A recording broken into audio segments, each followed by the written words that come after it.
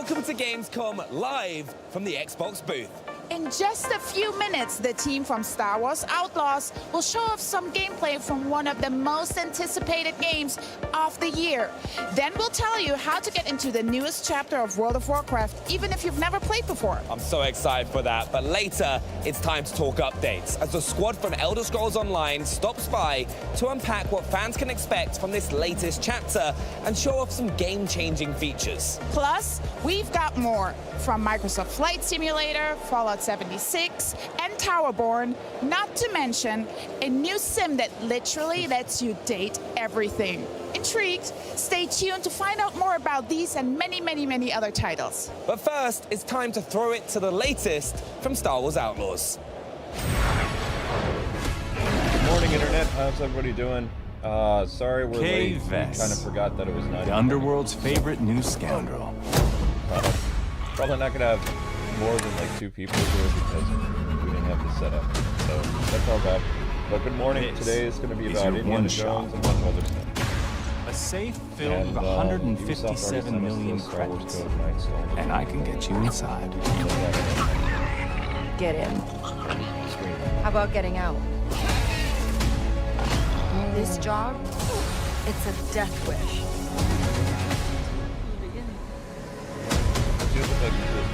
Your lives are over. Your family, friends, gone. There's nowhere in the galaxy you can hide.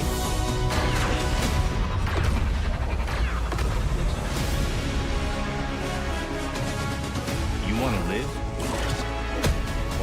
Get in with the Underworld's most dangerous syndicates.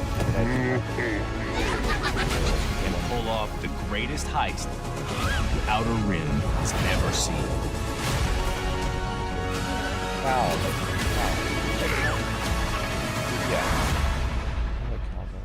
I'm in.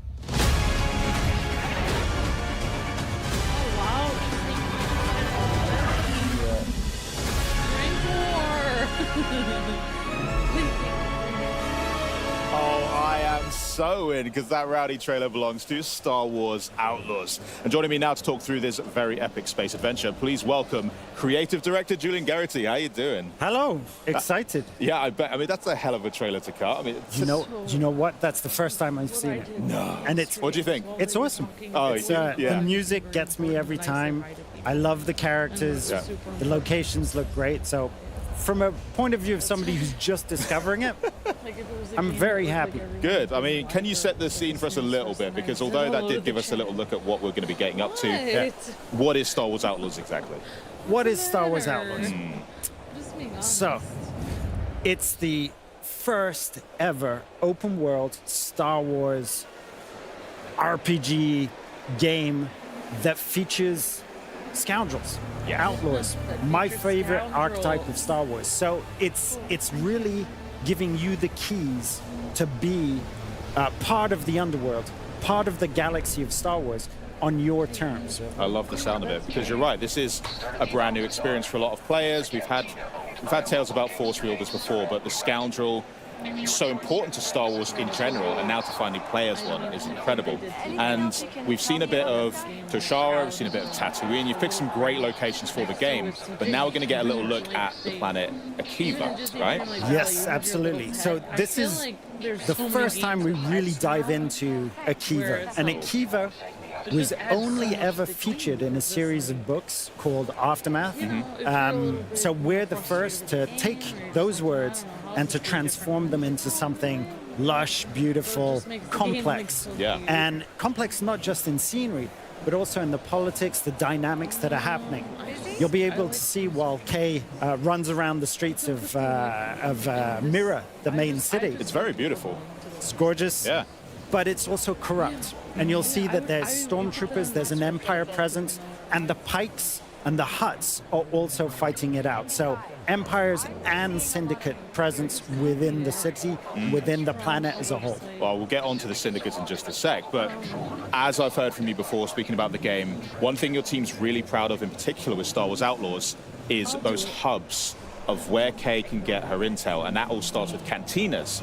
Now, the cantinas that we have on Akiva, very different to the ones we have on Tatooine. Tell me a bit about how you go in designing these to make sure they feel like Star Wars cantinas, but also reflective of the planet or moon that they're on. Absolutely. So the cantina is this flashpoint of everything that makes Star Wars special.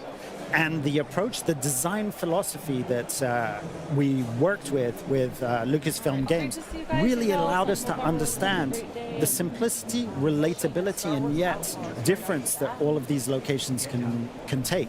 So, for example, in the real world, you have jazz bars, you have Korean barbecues, you have all of these different types of location. So each one of these had to have a different type of vibe. Here in Akiva, it's a tropical tiki bar. So that's the vibe that we were going for there. Sounds great, and it's obviously a great place to meet up with these crime syndicates and get some jobs. How do they make an impact on the game? So, of course, this is a game about the underworld of Star Wars. And there are 4 main syndicates. There's maybe more, but there are 4 main syndicates that you'll be dealing with. The Pikes, the Hutts, the Ashiga clan that we created with Lucasfilm Games, and the Crimson Dawn. And you, as an outlaw, are going to be able to work on your reputation with each one of those.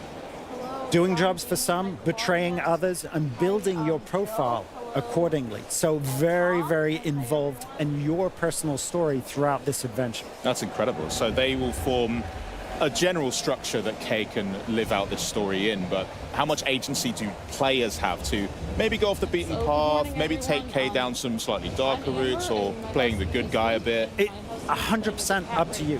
So for example, here, this is the first time we ever show this quest. And it's a quest where you've landed in Akiva. Your main focus is to go pick up a droidsmith.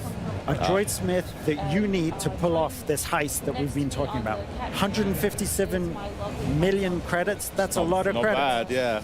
And to do that, you're going to have to upgrade your equipment, which we're doing there. We're making sure that your loadout is the right one. You jump on your speeder, and you'll be able to be distracted by curiosity on the way. So you're speeding off, you're on the way. It's quite a journey, and on that journey, you're going to be able to do jumps, tricks. Nice. The bike is based on a motocross, so it feels visceral as well. Right. And you'll be able to come across different things. Like here we have an Imperial shuttle landing. Do you go and mingle with those people? Do you mess around with the Empire at this point, or do you save it for a little bit later on? Because guess what? That droidsmith, he's going to be located in an Imperial compound. Oh, just our luck. Just our luck. Well, how well equipped can the player be to tackle? That's not a compound, that's a fortress. I mean, what does Kay bring to the table to be able to deal with these kind of scenarios? Well, she's got to have the equipment to be able to do that. And that starts off with things like your binoculars to be able to scope the different opportunities. There's not just one way in, there are several ways in. The surest way to meet a very certain end is to go in guns blazing, because this is the Empire we're talking about. Yeah. So it's a massive force in front of you. We're going to go stealth. Okay. And binoculars, one thing, blaster, another, Nyx, incredibly important. Let's just have a taste of how Kay uses Nyx. Okay. She's going to be sending me across and attacking, clawing the hell out of that stormtrooper. I feel bad for the guy. You shouldn't. He's there. He's built for this. Okay, true. You take out the second stormtrooper, and now you have to hack through that laser barrier to be able to get into the gooey good stuff in the middle of that fortress. So there's quite a few different ways of engaging in a mission like this. Absolutely. What would happen if we did go in all blasters blazing? Would it be a big problem for us on this particular mission? This is an Empire compound, so that's going to be a real problem. Okay. I'll take your advice on One of the conditions is that you don't set off the alarm, because if the alarm sets off, you're going to shut down that compound. Fair enough. You may revisit the compound later on to be able to steal more stuff and to really find all of the treasures. And there, you can do it the way you want. But ATSTs guarding the door, you've got a blaster and Nyx. Do you really want to put yourself in that sort of situation? could take my chances, honestly. Earlier on, though, we did see Kay's using her blaster now, but before that, she was working on it a bit on her workbench. Yes. Inside the Trailblazer. What is that all about? Is that like upgrading? Or? Yeah, that's absolutely upgrading your weapon. Okay. Because we want this to be about a resourceful underdog. And a resourceful underdog, they have one main tool that you can upgrade. You can have a charge blast, which is like a rocket launcher. What? Plasma, which is the regular blaster, with speed mode to it, so it feels like an automatic weapon. And you have one function, which is the shock function, which we'll see a little bit later on. Nice.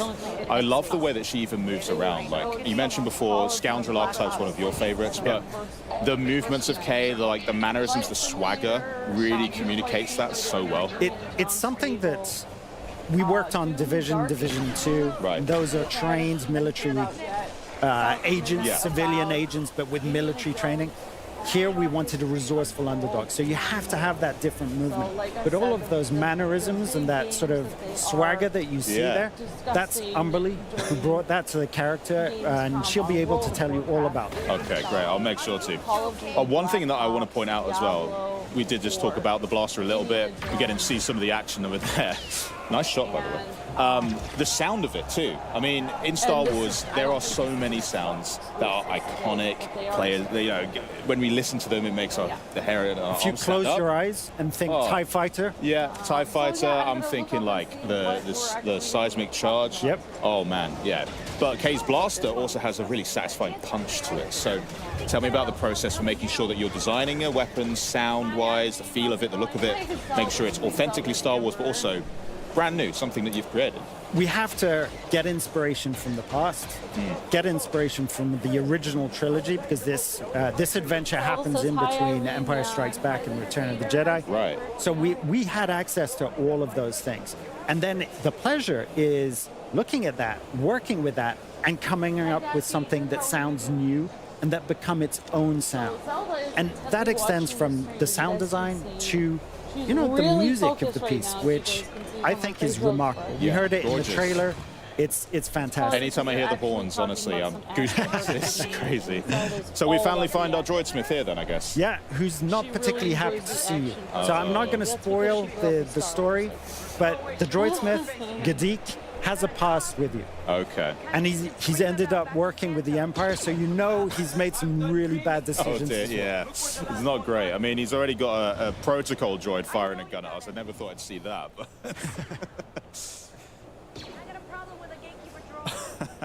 now that's caught his interest. That's caught his interest. Interesting. There's a real challenge. There's a real opportunity. It's not motivated by the credits, but tinkering around with some I hope you guys new can tech. hear me a little better now. I what didn't realize the catches sound was his eye. overpowering. I could get on with this guy. Okay, I just the problem is, I once just we realized that it was on 7 extract Gadik, instead of we have to get out as well, right? 16 or That's where the blaster comes into its full use. Nice. So this is going to be part of one of those main quests. It's a linear quest, and there's a whole path where you explode into the combats, and you use all of the tools. All right, so if you at your guys didn't hear me disposal. before, Before we edited a little segment, which was a puzzle room. We didn't want to spoil the puzzle. We didn't want to spoil the traversal. We wanted to focus on the real action Call of of this Duty, battle. Black Ops And now we're getting 6, some Diablo serious combat 4, because there was no Indiana chance to sneak Jones. there. Everybody's. And then there's That's several over other and saw games us that those are the immediately. main Let's ones. just escape. But there are other This is games where such Kay as sort of comes into her own Towerborn, because Fable, scoundrels, Shatter, they love to improvise. They, Avowed, they're good and under South pressure. Midnight, And so I guess and Doom. you're encouraging players to make sure they And look then there are a around few them, others that they're gonna be identify bits talking that are about as useful, well. send nicks out, including Star play Wars around with Outlaws. it a bit. All of those tools, you've got an adrenaline shot. If you recognize that, it allows you to slow time, pick your targets, and it's an automatic kill. Nice. That's a bit more of a problem though. This guy's got a shield, and one of your modules will be able to disable that shield, opening them up for the deadly shot. Absolutely stunning. And that's it. You grapple hook out and escape the base. what games You make it seem that so Xbox will easy. be talking I'm about gonna try it, don't and know it's all not of them gonna be that. I wish I was that playing they will be this. talking about today. There's a whole team, But I do know and that they've they done are an supposed to be amazing talking job about at the capturing Indiana it. Jones Yeah, I mean, game. right at the end there, we also got a And little sizzle, a also little a taster Sonic of X the rest of Shadow, what's to come in the Sonic game. And Generations one X thing in Shadow. particular I spotted there was some sabak happening as well. Yep, So Sabak. you got to tell me about that because I love it. Sabak is a big part of the scoundrel lifestyle. Yeah. So we wanted to create our own rules, which gave us this depth of play and being able to collect special cards that change the rules of the game while you go along. So there'll be tournaments, there'll be high stakes games, there'll be a lot of credits to win as well. Great. Well, I'll have to get practicing on that, definitely. But so And I just know want to say thank you Gamescom so goes much for through joining us. Friday, This has so been I'm gonna incredibly see what the insightful. schedule is for Cannot wait to play the Gamescom game, and it's again not too and long check until that launch. out. So No, buckle next up. week, next Buckle week. up. Yeah. Well, thanks for joining us, Julian.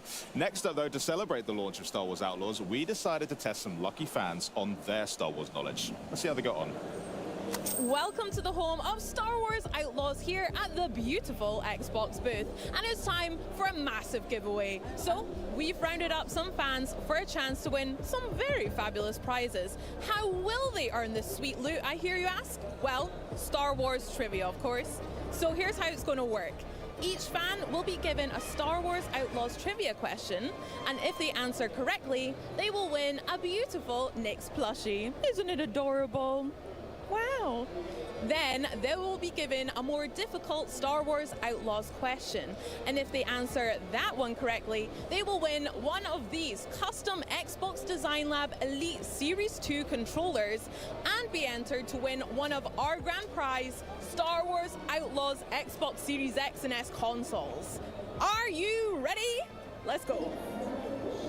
I'm here with the lovely Citron. And where are you from, Citron? I'm from Cologne. Amazing. Are you ready to win some prizes? Yes. Okay, let's go. First question. What is the name of the main character of Star Wars Outlaws? It's Kay. Yes! What's her last name? Bess. Yes, let's go! Oh wow, I wouldn't have That's known a that. Nyx plushie for you. Well Oh, done. cute! Something to color. Okay, are you ready for your next question? It's gonna step up a little. Ready? Yes, I'm ready. What is the name of Kay Vess's starship? Oh god. You can do this, Citron.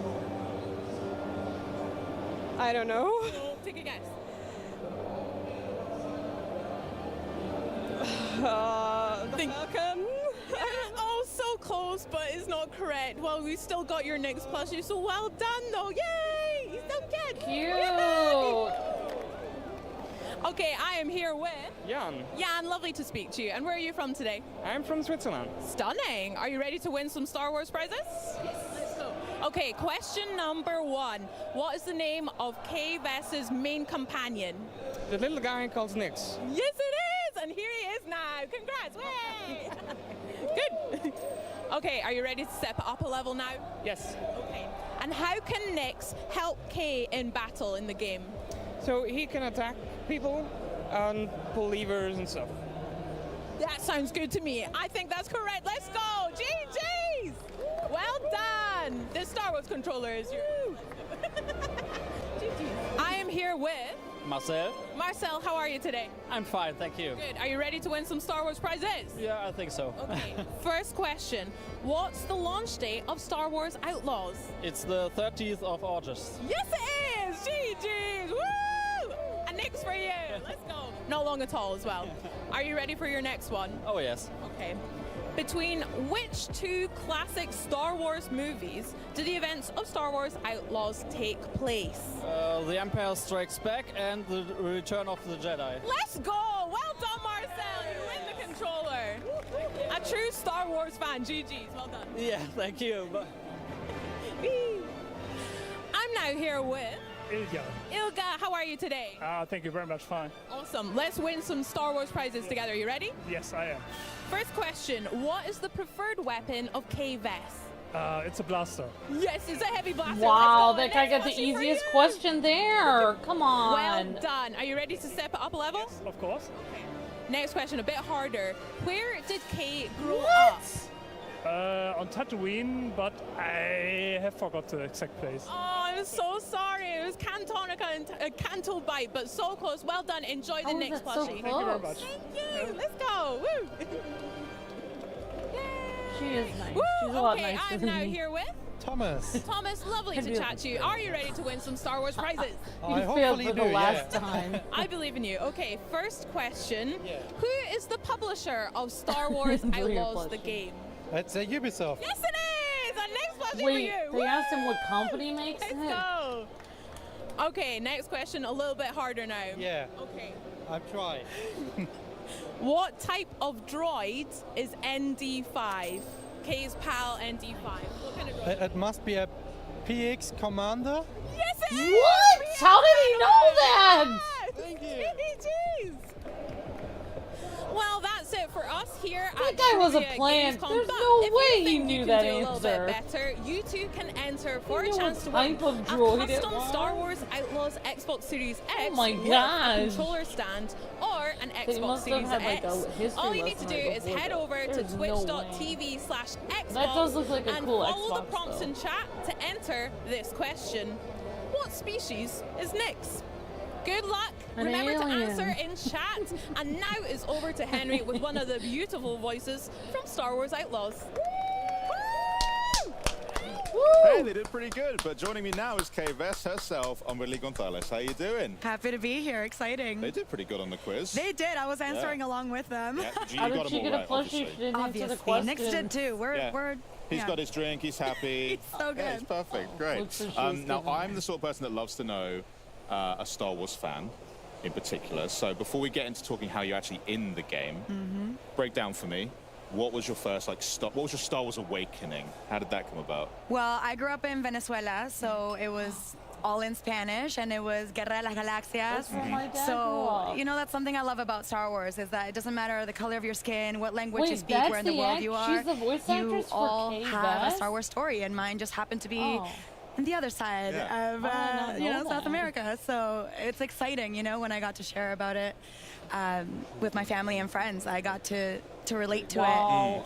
it in my language, in my This is culture. interesting because What was their reaction when they Oh first my found God. out that, by the way, I I'm heard actually going to be somebody in say it now? one time that they felt Venezuelan Unreal. women I were the mean, there most was a lot of beautiful women in the questions. world I they think met. my family also, especially my parents, they started watching all of the movies, especially when I shared that it She- was she in the doesn't look original anything trilogy like Kay Vest. between They Empire look like and, complete you know, opposites. Return of the Jedi. So I did too. I think I blasted the Star Wars theme song, and I watched the movies. They And could've made the anytime I actress see anything Star Venezuelan. That Wars, I would've just been have this amazing. Star Wars. Yeah. Part of it. I'm like, yeah, that's peace, us. yeah. That's us.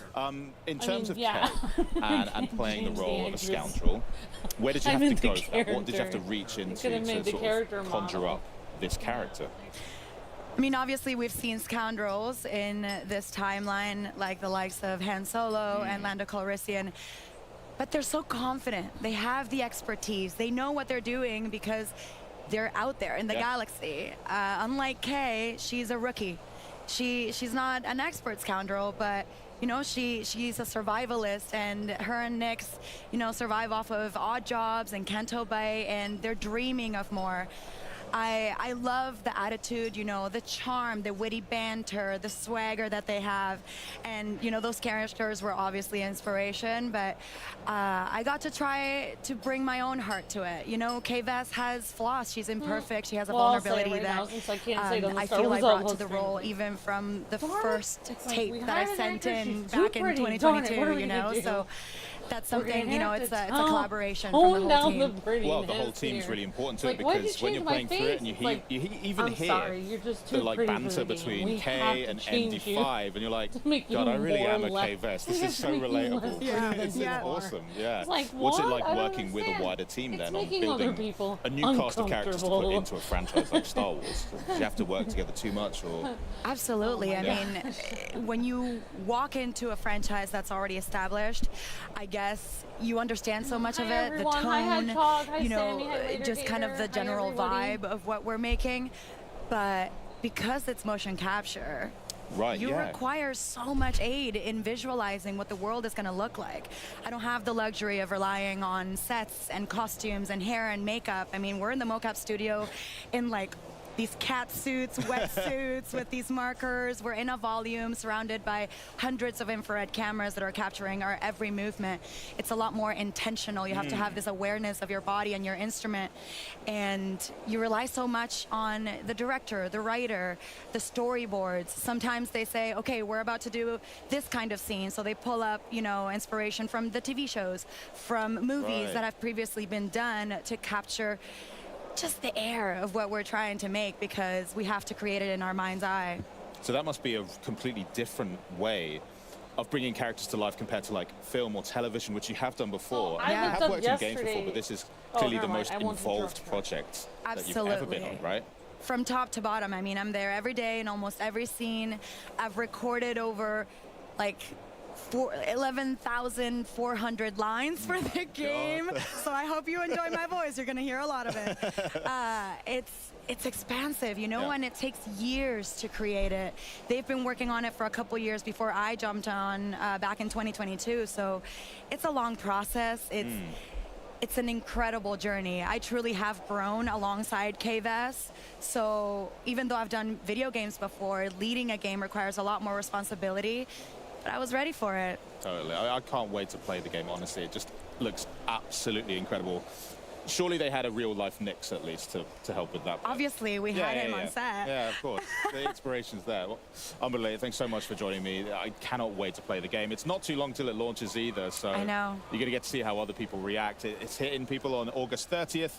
I'm going to get my Sabak face ready for it so that I'm good to go. Keep your cards close. Very close. You can use Nyx to cheat, but don't tell anyone. He's great for that, right? Well, I'll let you enjoy the rest of your Gamescom. Thanks Thank again. you. But coming up, we celebrate 20 years of World of Warcraft with the new War Within expansion. We're going to find out what fans can expect from the latest Elder Scrolls Online update. And next up, we're catching up with the team from 2 Point Studios on their latest title, 2 Points Museum. But first, the die has been cast, and that is only the beginning. Check out the new expansion coming to Lost in Random.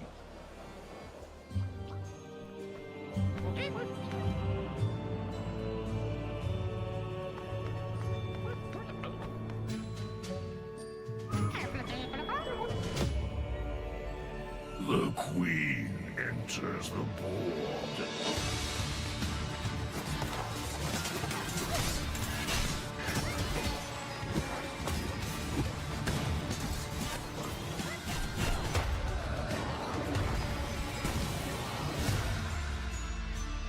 What in random? We're not dead, Fortune. A dice wheel that. Oh, luck has finally turned. Anyway, what you having? Let's make this one count.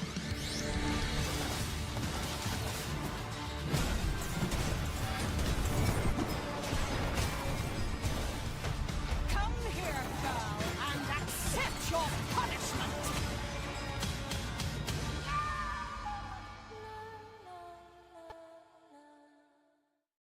Greetings from the amazing CSUN Games, developers of the upcoming cross-platform online multiplayer game Mecha Break, launching in 2025.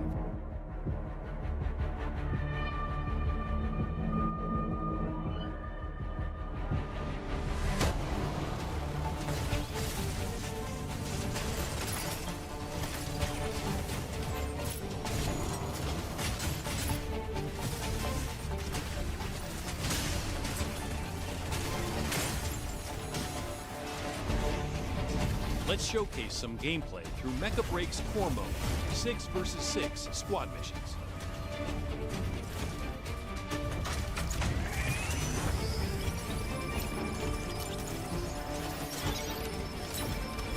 We'll demo the Eye of Mizra method, where the goal is to earn points by capturing and uploading launch keys. The striker we're featuring is Falcon, a lightweight mech that excels in aerial combat.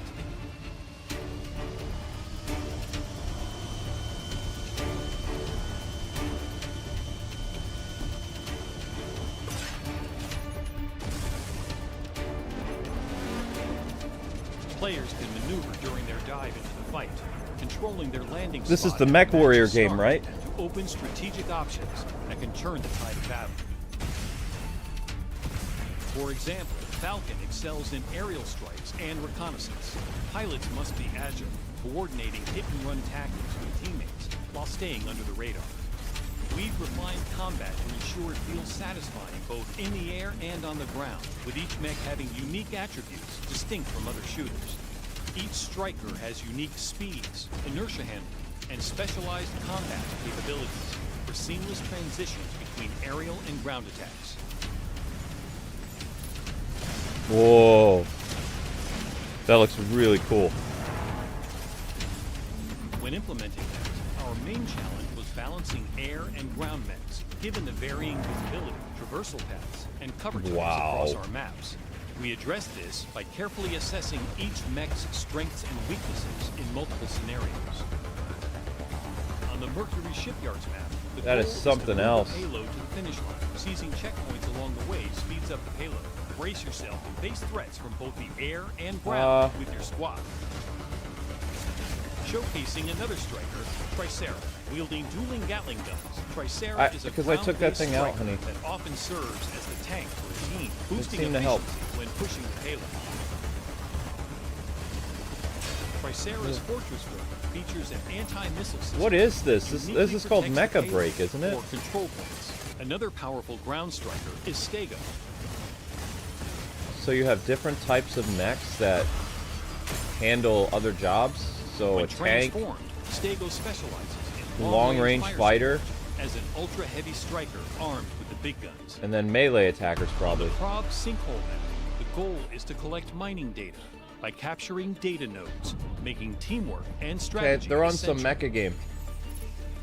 Panther is a brawler equipped with a powerful lance and shield booster kit. Panther's devastating charged attacks and defense capabilities make it a fearsome opponent in close combat. But Panther isn't the only brawler in Mecha Break. Be prepared to face Aleseness and Welcome, two melee machines with unique abilities that can take out enemies both at a distance and up close. The brawlers had unique finishing moves that keep the action intense.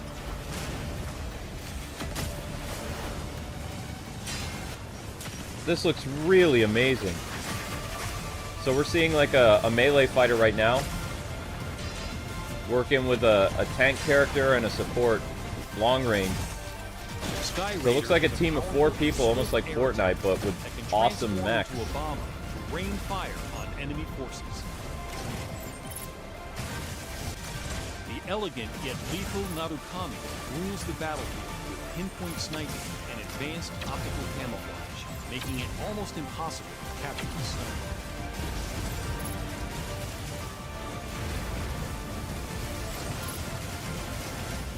We invite you to join us on this exciting journey with Mecha Break. Stay tuned for its commercial release in 2025. Alright, that's Mecha Break. Available on Xbox and PC. I thought that was going to be Mecha Break, to Two Point Museum's Coastal Deep Dive. The Marine Life Museum in Two Point County is, just as you'd expect, situated along the coast and boasts a treasure trove of wetlandian exhibits. Or at least it will do once you've hired some experts and sent them on perilous expeditions. Marine to Museum, I unearth think is rare, what they said but this is. sometimes This is a soggy cozy sunken game. treasures. Discovering and maintaining the happiness of aquatic life is also a big attraction I of the haven't Marine changed Life anything. Museum. And fish have a surprising number of requirements to meet if they're to stay Okay, happy so you're a and, museum curator, swimming. or Guests will be you wowed by the build your remnants museum. of Atlantis, and the more impressed they are, the more they will donate. The more donations means more funds to keep your facilities clean, everything nicely decorated, and vending machines well stocked. Once you uncover the Marine Life Museum, you can then hire Wetlandian experts in all your other museum locations. From there, you can grow your aquatic collection throughout your 2 Point Museum empire. Thank you for attending this coastal deep dive. 2 Point Museum coming soon. Add to wish list to Xbox. Okay, 2 Point. If you've ever dreamed of running your own museum or just really enjoy the 2 Point series of games, then listen up, because our next guests have the game for you. And me, here to tell us all about 2 Point Museum, please welcome 2 Point Studios Design Director Ben Huskins and Executive Producer Joe Curla. Welcome to Gamescom, to Cologne. It's great to be here. Great to be here. How's Germany treating you? Oh, absolutely love it. Absolutely love it. It's The weather such a is great. good? The atmosphere is incredible. Yeah. It is. A little bit too warm, but that's okay. That's okay. And the halls are cooled, so everything okay. And today's the first consumer day, so we're really excited to have you here. So, 2 Point has taken on education with campus, on medicine, with hospitals. So now, Ben, how did you come up with the idea, the theme of museum, and why should fans be excited about this game? Yeah, well, the thing that's great about museums is that they have these amazing collections of completely unique exhibits. And as soon as we started talking about museum as an idea, we got really excited about what if we let players build up their own unique collections of exhibits. And that got us thinking about, well, like, how do the players get these exhibits? They can, you know, they can send their experts off on expeditions around the county. They can basically explore and discover. We really love this idea of getting across this sense of exploration and discovery and anticipation about what might come back when your team comes back from an expedition. And this just got us really excited about, you know, getting these exhibits, and then of course once you've got them, putting them on display in your museums, and actually that whole side of it as a museum manager, you deciding how you lay things out, and you deciding where do you put your most impressive exhibits, where do you want to channel your guests through the museum, and how do you give them the best possible experience? I've got some ideas, but I've also saw in the trailer that you welcome families. I saw a lot of little children climbing on very precious exhibitions. So what do we need to look out for when we're welcoming those visitors? So we were really excited to introduce children to 2 Point County, and I think it's just felt like such a natural fitting, a natural place for them to be. And with children, we've been introducing family groups, we've introduced school trips, and all sorts of, they're kind of like little agents of chaos, and they make a right mess of the museum, don't they? But we've also introduced a lot of other character types, like the professor, he's pretty cool. Yeah. So he likes knowledge, doesn't he? Yeah, so when professors come in, you need to focus a bit more on education, because they're going to donate money based on how much they learn about all of your exhibits. Besides today was and then if you've got frozen items, you'll get the Yetis. I love them. I love the frozen exhibits particularly. So you always have to maintain your exhibits. So like, frozen items, you need to have your freezer cooler, and then you'll get Yetis come to visit. So if I have all these visitors, how do I keep them happy throughout the game? Roller Coaster Tycoon, except you're building I particularly love decorating. So for me, I keep my visitors happy by making a beautiful museum. So I look at the customization options, the lighting, decorative items, and try and make a really incredible space for them to enjoy. Cool. Yeah, Joe's museums are usually a work of art. Whereas my museums, I guess my philosophy is more, you know, fill their minds with wonder, empty their wallets. That's more my approach. They showed some really sweet. My museums tend to end up being a bit of a hellish labyrinth where visitors have to go through about 5 different gift shops before they can escape the museum. Don't get me wrong, they still have a good time. They just leave with no money. So in another world, you would be managing a theme park also. Well, exactly. I get it. So is each museum restricted to one exhibit type? So you can actually put any exhibit in any museum. So we designed a game like this because we wanted players to really have freedom to build and design the museum. If I had a friend that made this game, I'd be like, this is amazing. I saw definitely something new, which are unique fish in the game. So can you tell me more about the creation of these artsy creatures and how we can enjoy this host on the right? She's always here. So we had lots of fun coming up with the ideas for the fish. I think with the exhibits in our game, sometimes we kind of pull on pop culture references. Sometimes it's an idea for animation, joke or fun. But with the fish, we kind of leaned quite heavily on real life reference, but then try to inject 2 Point humor and charm into it. So, like for example, the area, he's my personal favourite. He's very cute. He's got goofy eyes, puffy teeth. For the day, or if you come after 4 o'clock, you can pay $10. We've got the clownfish. To go to Gamescom, and it's open to everyone. So that's quite like on the nose. It's we've pretty also neat, got like the bull shark, who's kind of scary looking. He's a shark with a bull ring, and you actually have to keep him separate. Or I do, because he does eat the little fish. So this European one actually is more open to talking people about being fish, able to actually let's talk about fish romance. I always wanted to say that on an Xbox broadcast. No, but seriously, how do we keep the fish population healthy? Yeah, so I mean the whole aquarium management feature as a whole, there's quite a lot of depth to it really, because there's all these different types of fish and they all behave in different ways and they all have different characteristics. And you're having to think about, like, do I have enough filters in the aquarium Is there a to person being keep them eaten going? on Do I the have the right types of on the food for the picture different there? fish that I've got in there? There's a Is the person aquarium falling the right into a giant temperature for plant them? on their Because all logo the fish for have their different game. needs, different Oh, requirements. you can't see it. So there's quite a lot of depth to it. Like the aquarium management They're as a whole is fine. almost a game in itself. And so yeah, you're having to think about how do I keep them healthy, because you know you can even name your individual fish. There's a person and being get eaten. quite attached. You know, They're oh, falling that's, into the. it's Yeah, I see Clive that the now. You have fish. good That's my eyes. favourite I fish. can see Attached, please not. Yeah, and then you know while you're nurturing them, you know if you give them a nice little secluded area to hang out with, then maybe fish romance will blossom, and maybe you'll get Fish nice little baby romance. fish. Okay. Exactly. So just one follow-up question. Fish romance. The name of my fish is called Bartholomew. If I want to know what he needs as food, what he really likes, where do I find it? Like, is there a fish tab or? Oh yeah. Ah, okay. There's lots of info. Yeah. Lots of information. Yeah. Yeah. Interesting. And then how do you actually level up the whole museum?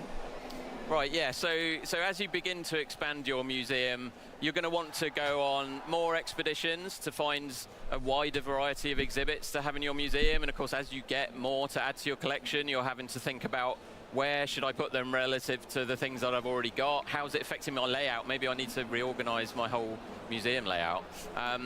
And as you get more things, the visitors will want to stay for longer in your museums. You're going to need to put down, cafes and other facilities to keep everyone. them Hope happy. you guys are having a Otherwise, good the kids will day, get and, bored, and then we're they'll leave, watching and the parents Gamescom will be Day really 2. angry. And so yeah, you need to. Zelda's build up up your collection too. of exhibits, Yep, Zelda's up early and- too. and That's just great, keep, Shadow Trooper. Keep those guests staying as long as possible. And the thing we were So really I keen really to like do this, with museum this is game what we looks found is super cute people 'cause Luke get took me quite to attached to aquarium their on my museums over birthday. time, because as you build up that collection, that you're makes having me to look really after love them, right? Because you don't want your fish to die. Bartholomew. Yeah. You And don't we're want going your on the frozen game, just caveman in kidding. ice Hi, to melt, because they'll ruin it. Looks so then, cool, then so you Sammy get quite King. attached to your museum, and all of the Hi, hours you Mecha. spent noodling Hi, around laying things out. JD And so Light Side. what we do is we keep giving you reasons to come back to each museum. making breakfast which while is watching. Great, because Awesome, I think you do Jessica. really feel like it's become your own thing. Yeah. Amazing. Well, thank you so much for coming. And everybody who is here at Gamescom can play the game actually either at the Xbox booth or at the Sega booth, which is in the same hall, Hall 7. I love that we're neighbors.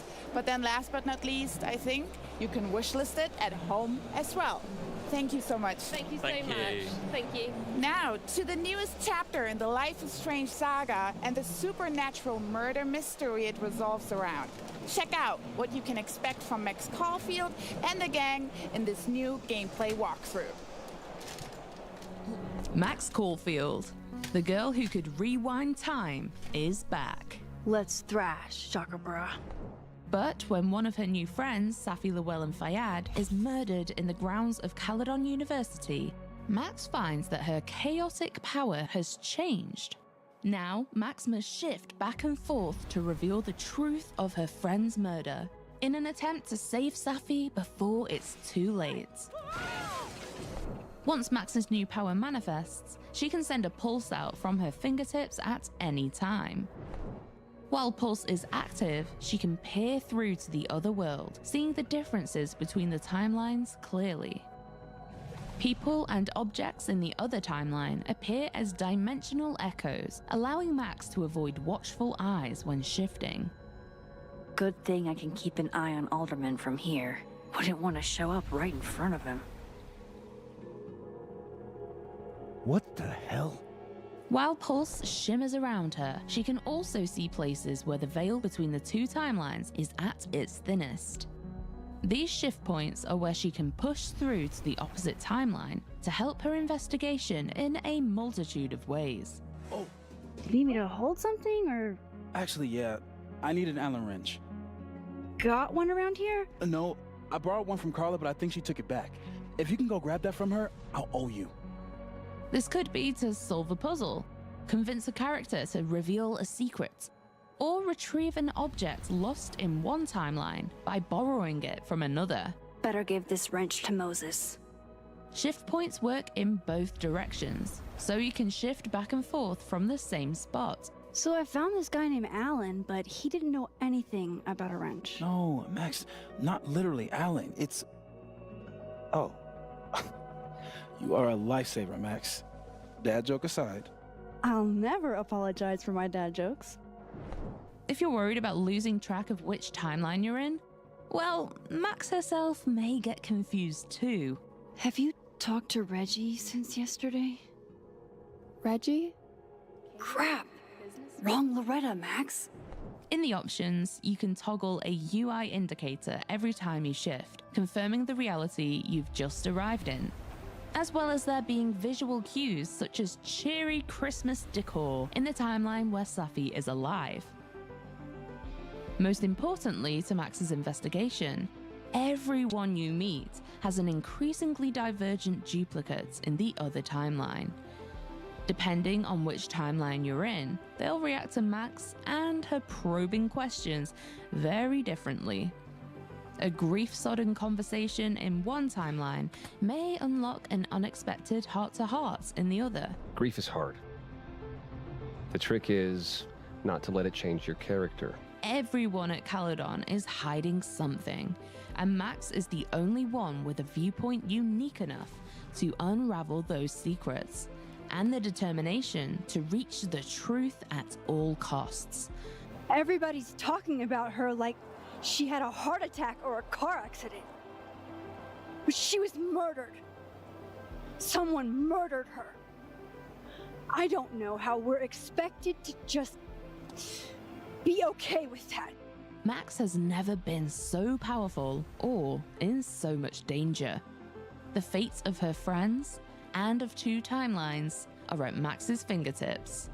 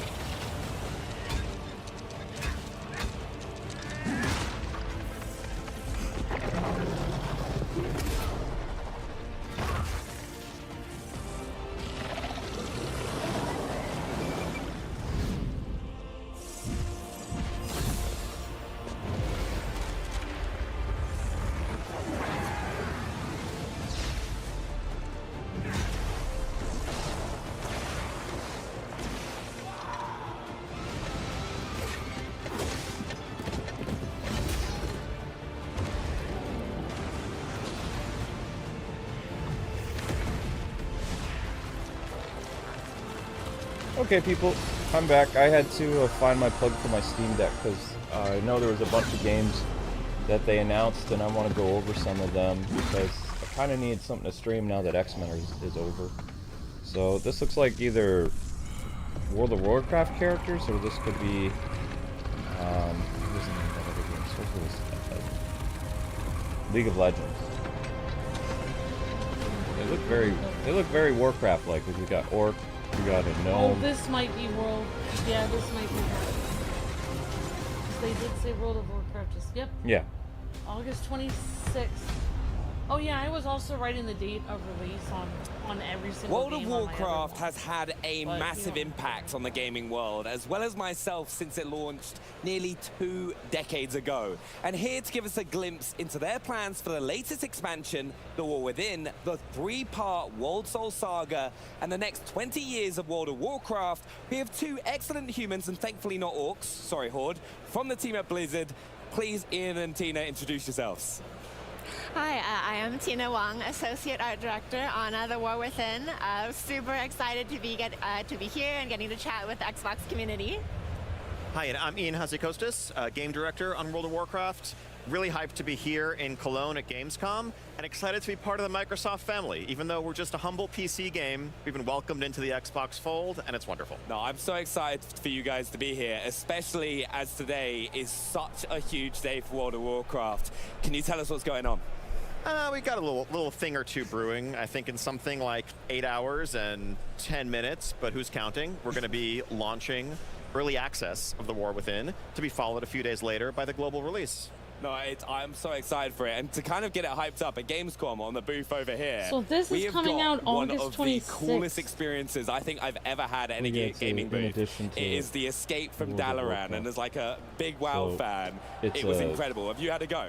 Yeah, it's like, so this is a 4-minute VR experience. You're like, strapped in to this motorized device. You have air jets blowing in your face to simulate air rushing by you, and you are soaring through Dalaran in the middle of a surprise attack launched by the forces of Xal'atath and the Nerubians that very much mirrors what players are going to experience at the start of the War Within in the days to come.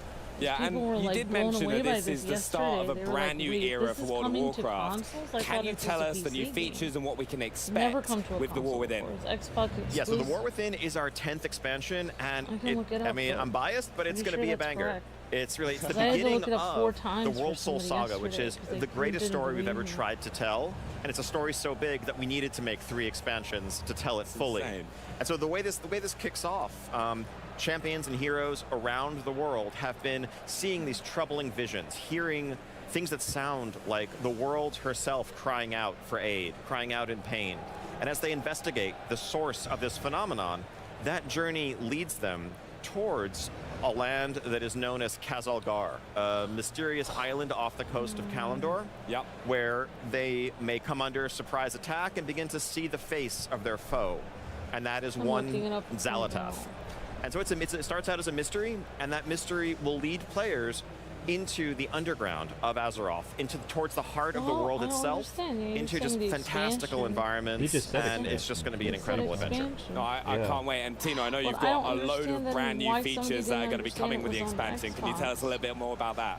Yeah, I mean, Ian mentioned the zones. One of the things that we really love about World of Warcraft is that the world is such like a main character of it, right? So one of the key things coming out is these zones, and they're definitely some of the most ambitious and unique that we've ever created for World of Warcraft. For instance, delving underground, that's a unique challenge. And so while we have zones that meet player expectations with like the ringing deeps, where we have ancient forges and lava and these beautiful caverns, we also have an incredible zone called Hallowfall, where we have this crystalline ceiling and the crystal that shifts from light to dark.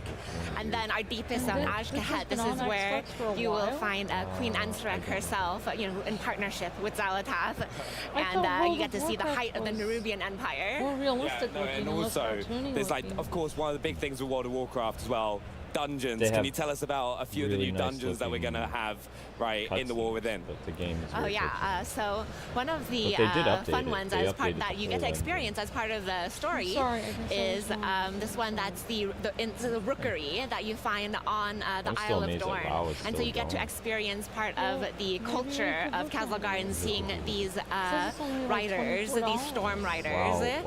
So that one is super fun. And then in Hallowfall, another favorite would be one where you're actually on an airship, so you get to fly around, there's epic battles, and you see that glowing crystal just in the backdrop. Is that crystal? Those animes that they when we were setting out to build these underground environments, one of the challenges was making sure that it didn't feel claustrophobic, didn't feel oppressive. Like the zone of Hallowfall, it is so vast an underground space that the inhabitants need airships to traverse it. And so it's like when you're down there, it's like you're in this underground world unto itself. No, and it was really one of the really cool things we were talking about it a little bit earlier on, was that the crystal changes, doesn't it, to impact the gameplay? Really sucks up which I'm really excited for. One of the most addictive games of all time. Coming with the expansion as well? So one of the things that we've built is Delves, which is a new feature for the expansion. And something that is a priority to us for Delves is that it really caters to a group of our audience that historically has been a little underserved by the end game progression loop that we have for those who maybe raid or do Mythic Plus. So these ones, our outdoor world players, as we call it, we want them to feel like you're adventuring through the world and you come across just this mysterious location, whether you're diving into a sinkhole or seeing some tracks lead into a dark cave. We want you to be able to encounter these and still increase the difficulty level as you play so that you can progress your item level week to week. So delves like they're handcrafted experiences. There are 13 locations around the zones of the War Within, and they're really meant to be a new alternative to dungeons, raids, and PvP as like a new pillar of endgame progression. Whereas before, as Tina mentioned, if you're someone who's mostly a solo player, you have maybe 1 or 2 friends, you don't do the larger group content, you could enjoy the story, you could quest, but at some point your journey would unfortunately feel like it came to a stopping point. And we want to make sure that all play styles feel welcome and feel like they have progression. And that's something, as we think about the features that we're offering in our new expansion, a lot of it is about playing the game the way you want to play it, having that flexibility to that caters to your play style. So like a couple of our other major features are warbands, which for once unifies the progression on most facets among your alts. So instead of having every character needing to earn reputation separately or their own currency, all of the characters in your account are now part of a warband. So the first thing you see when you log into World of Warcraft, the War Within, is going to be not just one character standing there stiffly, but multiple characters huddled around a campfire representing your band of adventurers that you're taking into Azeroth. All that grinding, getting all your characters ranked up and leveled up, to seeing them all together would be amazing. It's honestly quite sentimental to see them all hanging out. I have to make sure I do all the transmogs all correctly and just make sure they all look great. Exactly. And then we've already seen people taking screenshots and sharing them of this is your lineup. And then we've reimagined the way flying and traversal work in World of Warcraft. It's a dynamic physics-based system called skywriting. That's more than double the speed of what flying used to be back in the day. And so just getting from point A to point B should feel exciting. It should feel like an adventure, and that's what we're trying to offer. I always used to love that. I still remember the first time Burning Crusade where I got my flying mount for the first time and I had 60% move speed, and I was like, I'll get there eventually, just give me some time. Yeah, these are more like 600%. Oh yeah, that's going to be way faster to do some tricks and blitz. Hearing all the stuff that he used to talk about in his videos. One of the other big things with World of Warcraft is there was a perception for older players and players that people have never played before. The War Within, you've kind of aimed to change that. Can you tell us a little bit more? What can players expect when they log in for the first time? Yeah, I mean, really, it's features like what we've just been talking about. It's making sure that there is a deep solo experience if that's what you want. If you only have a little bit of time to spare, those delves take 15 to 20 minutes. To say goodbye to of course, if you want to, if you have hours on a weekend, there's an entire world to explore. We have hardcore raids to challenge, the boldest of adventurers and their friends as they coordinate to overcome these challenges. But I think, World of Warcraft is a game that can be played in so many different ways today to suit your, preferred content, play style, available time, and that's something that we really want to just keep doubling down on. Yeah, no. A lot of people, when they think about World of Warcraft, they think, oh, it's too big, there's too much stuff to do, but really it's a world and that everyone can play the way that is fulfilling to them. Yeah, and there's also opportunities just to hop straight into the new content as well. It's one of the things I've always like our whole Xbox One team, when Classic came back out, we all hopped back in for one of those reasons. Exactly, and I think as any WoW player knows, a new expansion is the perfect time to come back to WoW. I think the War Within in particular, because of the fact that it's kicking off this brand new story arc, we've also revamped the new player experience, the level up experience from 10 to 70 that gets you to the War Within to be our latest expansion, Dragonflight. So if you're coming back or you're coming in for the first time, you are playing the latest, newest content WoW has to offer, learning the ropes, and joining the rest of the world in the War Within. No, I'm really excited. And also, World of Warcraft, I can't believe I'm saying this, is coming up to its 20th anniversary. What does that feel like, being a part of the WoW team and for all the players? Play this on Xbox or PC, it is. I mean, it is humbling. I believe so, yeah. Truly, I've been playing the game for all 20 of those years. I've been on the development team for 16 years now. Like the large majority of my adult life has really been shaped and formed by this game, and it's an honor. Started playing it in 2005, I'm so excited became a part of Blizzard's team celebrate that 20th anniversary coming up, but also kick off many years to come. Yeah. So he was probably I'm also a long-time veteran in the game, playing since the beginning, playing since Warcraft 3, and been on the team like 14 years now. And there's so many of these stories on the World of Warcraft team, and you can see that in what we put out there. Just people putting like their passion and their history with the game into everything that we make. No, it's amazing. Like, I personally love it. I can still remember growing up playing from the Burning Crusade, Wrath the Lich King, and it's so exciting to hit that 20-year mark. But for players that are looking to get involved in World of Warcraft for the first time and become part of the community, what can they do right now? Yeah, I mean, so, you know, we're talking about an expansion, but the basic World of Warcraft experience, you can play for free in our starter edition. You can level up to 20. You can experience the start of Dragonflight. And, you know, just go to worldofwarcraft.com, download Battle.net, install it, jump in and check it out. No, I'd really recommend it. It's one of my favorite games of all time, and it's no surprise it's coming up to the 20-year anniversary. Do you have any final thoughts that you'd like to share with the fans? It's just such an exciting moment, really. You know, I think coming up on 20 years, but also beginning this next step in our journey. The team has been working on War Within for years. We have so many years of content ahead that we have mapped out, that we have planned out. It's going to be this incredible journey, narratively, in terms of the world we're building, in terms of the features, and just we're excited to welcome everyone in to begin it with us, and buckle up, because it's going to be a heck of a ride. Yeah, no, I honestly, thank you so much. I've got one also final question. Horde or Alliance? Depends on my mood that day. Like, what if you get the new Xbox? Safe answer, safe answer. That is the same. What about you, Tuna? My mood is more often Horde. Put it that way. It's shifted over time. Currently, I'm more playing Alliance. See, that's what I like. Always the Alliance. I've been Alliance since day one, right? And I will stick to that with the War Within. But honestly, thank you so much for joining us. I really appreciate it, you taking us through the War Within.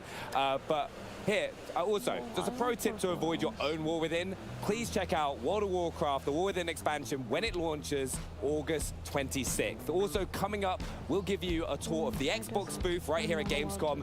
Check out what studios have in store for fans here. And also, we celebrate a decade of Elder Scrolls Online with a look at the latest chapter, Gold Road. We also unveil the real name of Project Birdseye. But first, it's time for a cinematic horror experience. This is the casting of Frank Stone.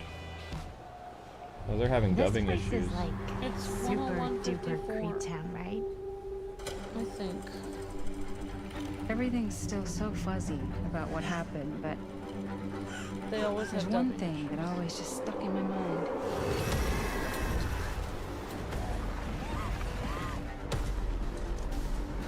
Well, this is a game. Sorry, I can't.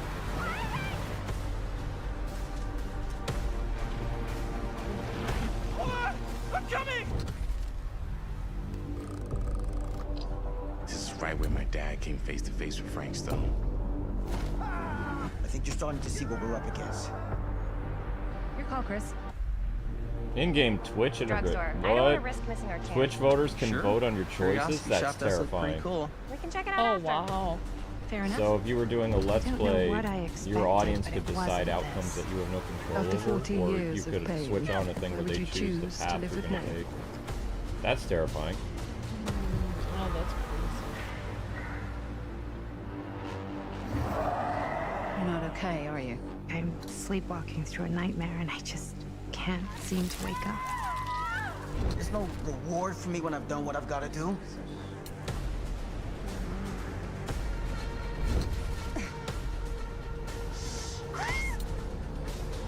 This is insane! Can you guys hear? Live like this anymore. I can't live in this nightmare. Come on, come on, come on. It's a prison.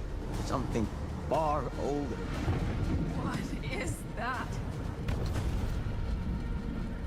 The casting of Frank Stone. It's Frank Stone.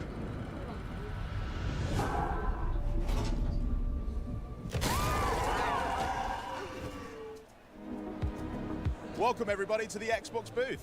This is our home for Gamescom 2024. There is so much to do here. There's so many experiences. We've got Xbox, Bethesda, Blizzard, and Activision all on the one roof. We have so much to see, so I think we should just split up. Sounds good. Okay. All right. There, can you guys Over here hear at the me Age of better or Mythology no? Retold section, you can get your photo taken with some certified gods and goddesses. But over here's something even cooler, because we've Age of actually Mythology got some game time. stations set up where you can play test the game right here at Gamescom. Behind these walls, fans are experiencing, I think, the most anticipated expansion of this year, Diablo 4 Vessel of Hatred. I can't wait to dive into the Dark Citadel and slay swarms of enemies if I manage to do so. I think only time can tell, and speaking of time, it's time to check out Diablo Immortal, because we just can't get enough of it around here. At the Diablo Immortal section, you'll be able to play the game itself on the little setups here, but also set a leaderboard time where you can potentially win an incredible Inarius statue, which looks unbelievable. But hey, what's that over there? the Doomslayer has already graced many an Insta story as he lords over the booth of Doom: The Dark Ages. Fans can also celebrate 10 years of the Elder Scrolls Online by checking out the latest chapter, Gold Road, as well as catching a rare glimpse of an Elder Scrolls replica. There's only one of two in the world. If you're feeling brave enough, you can even grab a photo with Ophelia herself. World of Warcraft, the war within, takes on new meaning when you strap yourself into one of these ultra-immersive devices. Let me tell you, it's my third ride in a row and I'm really baffled by this experience. So make sure to check this out and check out the expansion. And of course, it just wouldn't be Gamescom without the Xbox Game Pass and PC Game Pass experience, where here our attendees can actually win themselves some prizes by slapping that big green button, which I think I'm going to have a go on while you guys enjoy the rest of the show. Come on.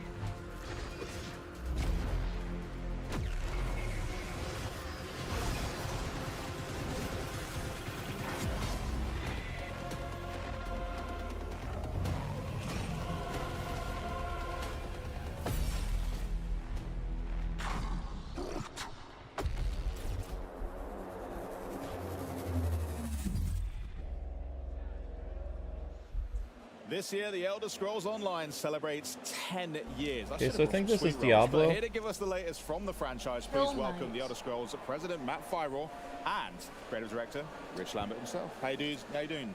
It's not Diablo. They showed off Diablo It's great yesterday. to be here in the Xbox booth here at Gamescom. I mean, you guys are no strangers to Gamescom. That was a trailer for Kill Knight. Now Now we're on a scale completely of different everything, game. but I mean, this is Now something we're on a else new for the game Xbox called booth. Gold It's great to Road. have like a whole team together for it, which is Scrolls awesome. Gold Road. And you They guys do are on the everything booth as very, well, which very we'll talk quickly. about They in do just a 2-minute little bit. trailers, then they go But to the what I next want to get into is the fact that it is 10 years. That's really special for a game to go for that long. And you guys thought, well, let's make a big deal out of it. Let's celebrate. So how are we doing that in game?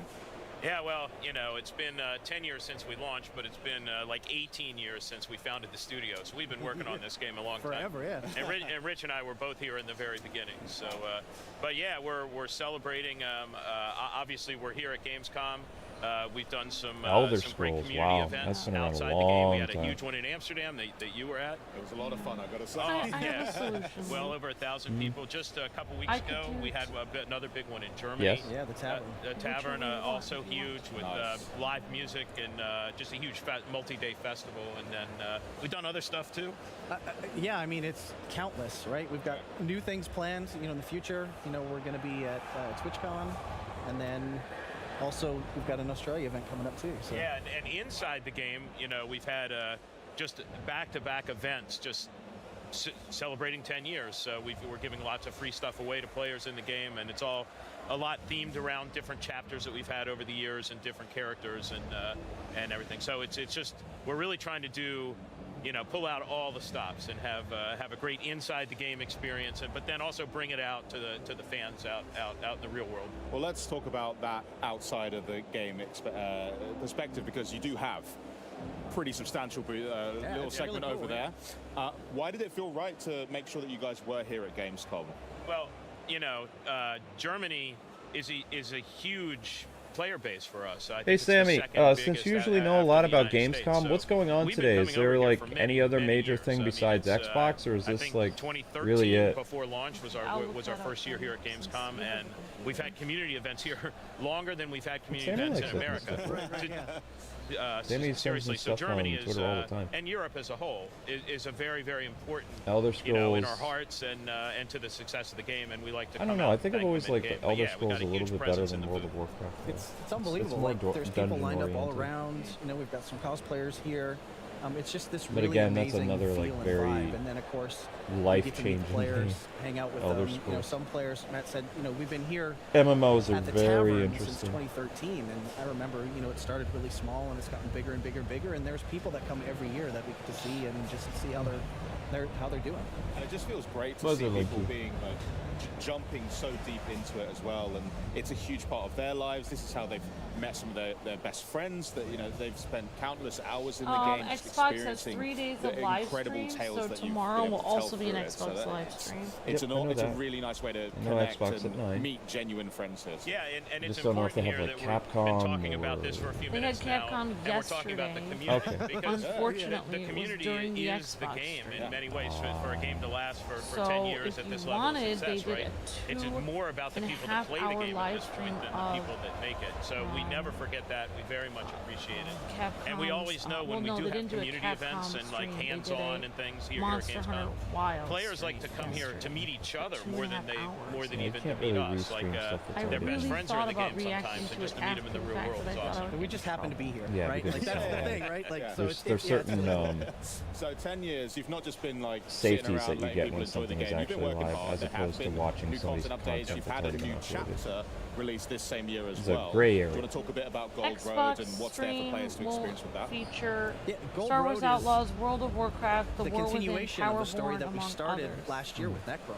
So it's this story so about now an we endangered just have to prince who's see been long if there's forgotten, anything going Athelia. on at She looks today, different, August she acts different than 22nd. everybody else, and then it's a bit of a What I nostalgia usually trip did, through what I did yesterday to the see if West there was Wheel, anything going which on was also in was Oblivion, just Test type for Oblivion. So, Gamescom in YouTube yeah, and it's see just what been really streams cool to be were able to do that, coming and out. then add new systems as And then I well. was We able to added find the the stream that scribing was system, happening at, which noon. allows players to essentially build their own abilities.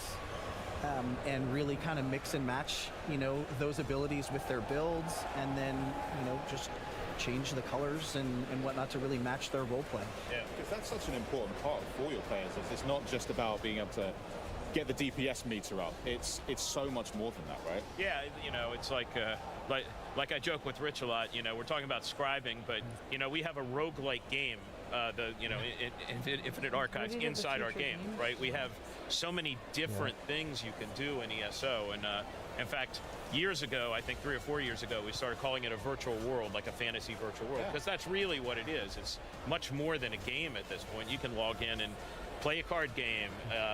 Now you can decorate your house and share it with others, and antiquities system and PvP, and right. So there's just so much to do in this game that you can really play all week and do different things every day. You guys were Metaverse before people even were thinking about Metaverse. I mean, you had them beat. Speaking of housing, you do have a current update available for PC players with the update 43. Console players are going to be able to get hands on with that pretty soon. But give us a brief overview of what they can expect with that. So the big new system is home tours, this right? might It be the allows only players stream to today, I share don't their know. creations with other players, and our housing system is Oh yeah, of course. If I find incredible. out something It's super else is deep. streaming It at is noon, free form, so then I won't do there's no that. hook points. There's nothing along those lines. Whatever There's players different can events. dream up, they can build. Check they out can Xbox put chairs and on the Bethesda, ceilings. They says can Sammy. cobble together a bunch of things to create new assets.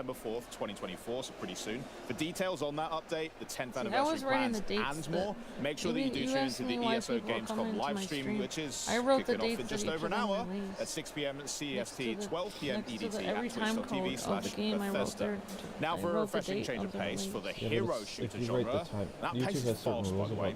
Here now, enjoy the wildly colourful and furious world it messes of up the Fragpunk. time code. Sometimes they don't show up. Okay, but I was just writing hate it rules? on my sheet. Fragpunk's here to spice them up. We're the 5v5 FPS that lets you bend the rules with cards. Cards can literally do anything. Here's a new game.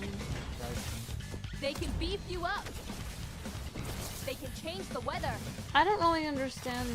I mean, I've already spoiled myself with Gianna. But where is her beautiful green dress? Probably paid for content. Her dress, she's just wearing a basic green dress. So you can I was blast just people like, up what's even happening here? Where's her gorgeous, like, flowy dress? Where she looks like a princess? What's going on? So, I'm just... I don't know. I feel like my expectations for Dreamlight Valley are much higher than what they're giving me. I think they are gonna make you pay for her dress. If you're down on luck, like, with you better real have a good money. team with you. Well, here's another shooter, Luke. This is a Fragpunk, I believe. Yeah, yeah, it is. Yep, it's a team battle game.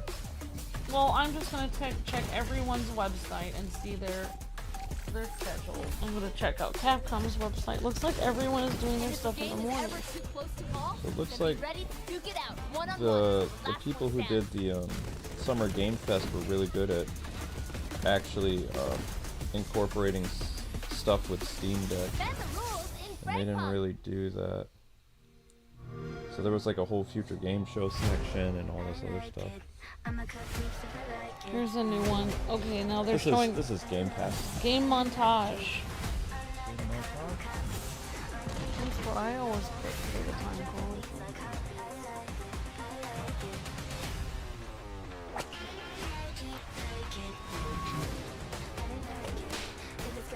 The thing I'm kind of concerned about with Civilization is they said they're gonna change the narration to make it like, okay, well, like say you have China and, you know, France next to each other, and they said the cultures are gonna influence each other, so the game is gonna change based on the countries that are next to each other.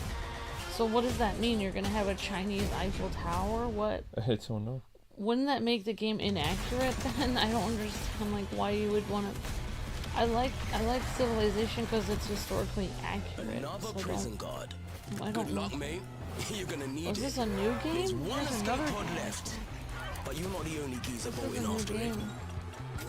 I have it. It's part of the Xbox like There's a lot of thingy. wankers between you and the sweet Okay, taste but of I'm pretty freedom. sure they're done with the montage. They're actually Just a covering bunch the of game now. psychos Okay, gunning for the so I same shouldn't have a prize. montage listed because I can't have time codes. Like, time codes have to be at least a minute and a half apart. You don't have to explain Better luck it. next time, mate.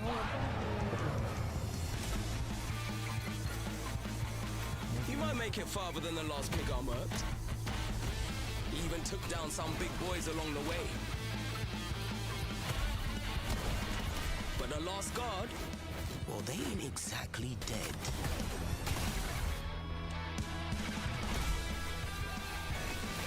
So Sony is not part of this. No. Sony will be at Tokyo Game Show. Well, honey, you just do your thing. I'm gonna go up and take a shower, and I'll let you do your thing because I'm just micromanaging you too much. You should do it your way. It's easier for you to just do it your way. Okay. I apologize. You're fine. Just trying to look up stuff on my screen. Right, I know, and I was bothering you. Sorry. I'm not bothered. Ooh, so close. Maybe the next guard will do better. Okay, so that game is called Redacted.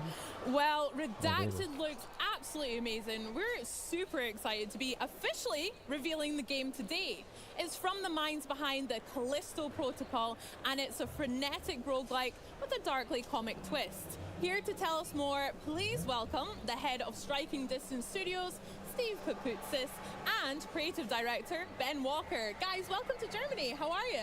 Thank you so much for having us today. It's great to be here. Awesome. No, so this isn't the first time that we've actually seen the trailer. We've seen it where it was under the codename Project Birdseye. Can you tell us a little bit about the secrecy and about Redacted now? Sure. So when we first started thinking about this project, we started prototyping from the controller out. We were really interested in creating fast, responsive controls that worked for melee and shooting and our energy mechanic. And so as we were developing that, we then talked about the types of games we liked, and we found ourselves playing a lot of roguelikes. What we liked about that particular style of game was the replayability and the experimentation that occurs. So you have strategic and tactical choices. So all of those things kind of came together, and as we were prototyping it, we thought, well, let's see what people think of this. So we released that trailer that you mentioned for Project Birdseye, and that was met with positive reception. So we're here today with you, thank you, to announce the official name of the game, which is Redacted. Nintendo and the other one. It's amazing to see it, and I know we're going to be going through a load of gameplay as well for viewers to be able to check out. But it looks amazing. So good. I mean, you guys mentioned it there. It sounds like you had a lot of fun making the game, and certainly it's a wee bit of a departure from the Callisto protocol and what players might expect from you guys. But as we look at some of the gameplay, can you tell us a bit more about Redacted, and then what can we expect to look forward to? Sure, absolutely. So again, it's a roguelike style game, and it's focused in a prison. So one of the things that we thought would be really fun was developing the story around what it would be like when a zombie outbreak occurred in a prison. So not only are there workers at the prison, but there's also inmates. So we thought that was an interesting idea, so we started developing along those lines. And we also included some of those key elements of roguelikes that I mentioned, which are the experiments that we have, which are our upgrades, and the various skills and meta currencies that you can use in-game to really change your play styles as you go through the experience. You mentioned a load of the prisoners. They're called rivals in the game, aren't they? Can you explain to us what rivals are and how that's going to affect the gameplay? Absolutely. So the idea, again, with the rivals was, hey, you know, there's other people in this prison, so what would they be doing during this outbreak, right? So we thought it would be interesting if there was a race to one escape pod. So not only are you racing against the rivals, but you're also having to deal with them. So they can do things like have room modifier attacks where they can slow you down or impede your progress, but you can also counter back to them, and you can use your own environmental control attacks and try to slow them down and impede their progress. Not only that, but then you can also square off against them in one-on-one fights. So think of them as like bosses as you go through the experience. And so not only do you have the challenge of the various monsters within this game, but you also have to deal with these rivals who are trying to escape. Yeah, and you can kind of see their progress along the bottom of the screen on the gameplay, can't you? Yeah. And like if they're still standing and what's kind of happening to them. Absolutely, yeah. Catch up as well. Nice. I mean, going back a little bit, I understand it's a roguelike, and when I think of that, I think permadeath, but maybe, Ben, you could show us how that's going to be quite a core I'm on the part Gamescom of the website, but everything is in German time. So this is actually the area where you start when you die and you come back. And what on the is team, we like to say death is the opportunity to come back stronger. Nice. And so, you know, we have our punching bag here. As you can see, these are all our terminals where you buy your permanent upgrades. On the right, we have all of our currencies. The top one is the credits, which is only spendable and remain used inside the game. Yeah. And then we have our contraband here, which is for our permanent skills. So I can purchase one of these and then equip it on the side. So you actually build your own kind of loadout here, and I can actually buy more slots as I progress as well. So we have about 45 of these across 5 pages, so there's really a lot to dig into here. Yeah. That's a lot of different combinations for you to use. What other meta currencies have you got on the right hand? Because we can see them on the right hand side of the screen. What are they, and how do we what do we spend them on? Yeah, so over here we have the security IDs, which you purchase suits with. And as you can see, we have lots of suits to choose from. Easy to find, like new releases here. Have you got a favorite one? This is one of my favorite ones, the pilot suit. Unless I missed some type of I'll purchase it now, and then every suit has an initial buff that it gives you, and then also you can go and increase the upgrades to it as well. And so, clearing 30 rooms, I'll get to reload my weapon faster. Okay, sick. So there's a lot of progression opportunities as well. So if you find like your own particular playstyle that you really like, you can hone in and focus on that and be like, all right, this is how I want to approach the next round. Exactly, and your skills and your suit and then your guns all play into how that build works out for you. So what else do we have? What else do we have here? So we have 5 melee weapons and 8 ranged weapons, and players can mix and match those any way they like. These are some of my favorites, the dual blasters. Yeah, and then once the player escapes for the first time, they'll be able to unlock the upgrades for the weapons as well. So it keeps going, and you can keep going farther, keep getting stronger. Yeah, and what else is there in the hub for players to get involved with? So this is where we can transfer currency and also buy things like the first aid station in between levels, which is very, very important. So here, let me purchase the environment control. So as Steve was talking about, this is how you attack rivals remotely. So you purchase the upgrades here. Yeah, because we saw this happen a couple times in the gameplay that we saw. 10 a.m. So right now it's 4:30 Exactly, and this will slow them down, it'll stop them, it'll do damage. Oh wow. And then once you buy all of them, you get the next tier of it. So you just keep upgrading and upgrading. Okay, so sick. we are... There's on the screen there was something about a combo with the rival We're attacks. 6 hours What was behind that about Germany. there? Yeah, so when you actually do your rival attack, you select the rival, and then you have to you have a limited time to kind of punch in this code. So there's a little bit of a rhythm to it. Yeah, rhythm game, love that. Yep. Okay, that's so cool. And then the final two we've got are the redaction map and the performance review center. What are those? Yeah, so the performance review is a summary of your run. So here you can see what experiments you used, how many meta currency elements that you collected, the schematics and the fabrications. Oh wow, look at that one. So this is a good way to kind of strategize as you go through, see what you did before and see what you might try to do next time. In addition to that, oh, there's a game people really wanted us to see. There's a game with dogs on a train that people wanted us to try. How you did against the various rivals, which experiments you tend to gravitate towards, and you can see that all here. So it's fun to kind of dig into the statistical element of the game. It's also where I can see people being so competitive. Think. That's like going like, no, I can get faster time, and is it all dogs? With this setup and see like all that kind of comparison. Like I know that might be the game that people were really interested in. Would do that an absolute ton on stream. What's it called again? How many Stumbaton skills have you got or something? Yeah, exactly. Oh, that's Moses and Plato.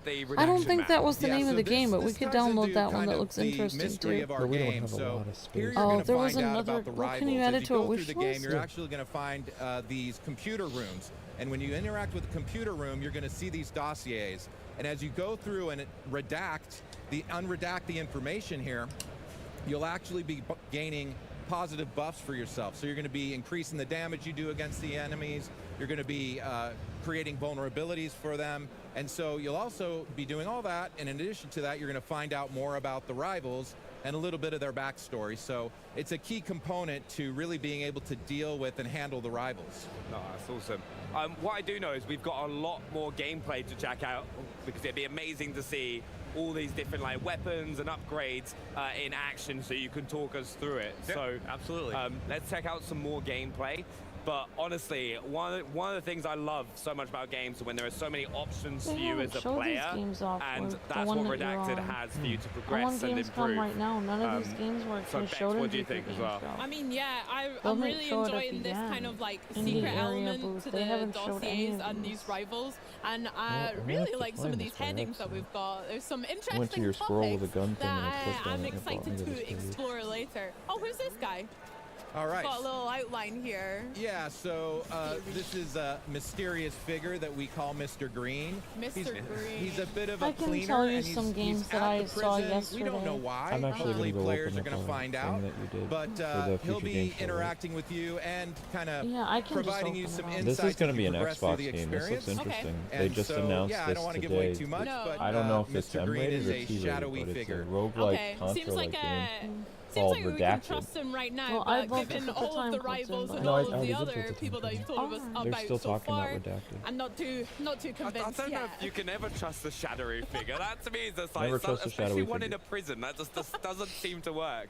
But because there's so many options of how to play the game, can you kind of run us through some of your favorite builds? I think this is us going up against one of your rivals right now, isn't it? Yep, absolutely.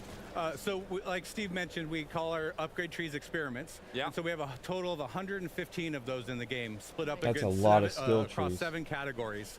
A couple of my favorites are the biotech and mixing that with the electricity or the energy build. Speeds up rates of fire, and then biotech has a great skill called Rot, which enables enemies to explode on death. Nice. So you can see we're using it right here on his main fire. Oh, cool. I love an area of effects. That's always helpful. Yeah, there's also like constant combination of using melee and ranged attacks, isn't there, throughout the gameplay? There is, and since you don't get to choose which upgrades you get to pick every time, you'll find yourself exploring and finding new ones that you weren't expecting that turn out to be really fun. And so we've had a lot of people start to play different ways. Yesterday they had an infinite presentation. Yeah, it's always going to be one of the funny bits. It's like you got to go, no, I'm going to go use these guns because this is what I want to use. I love them, and then you'll be like,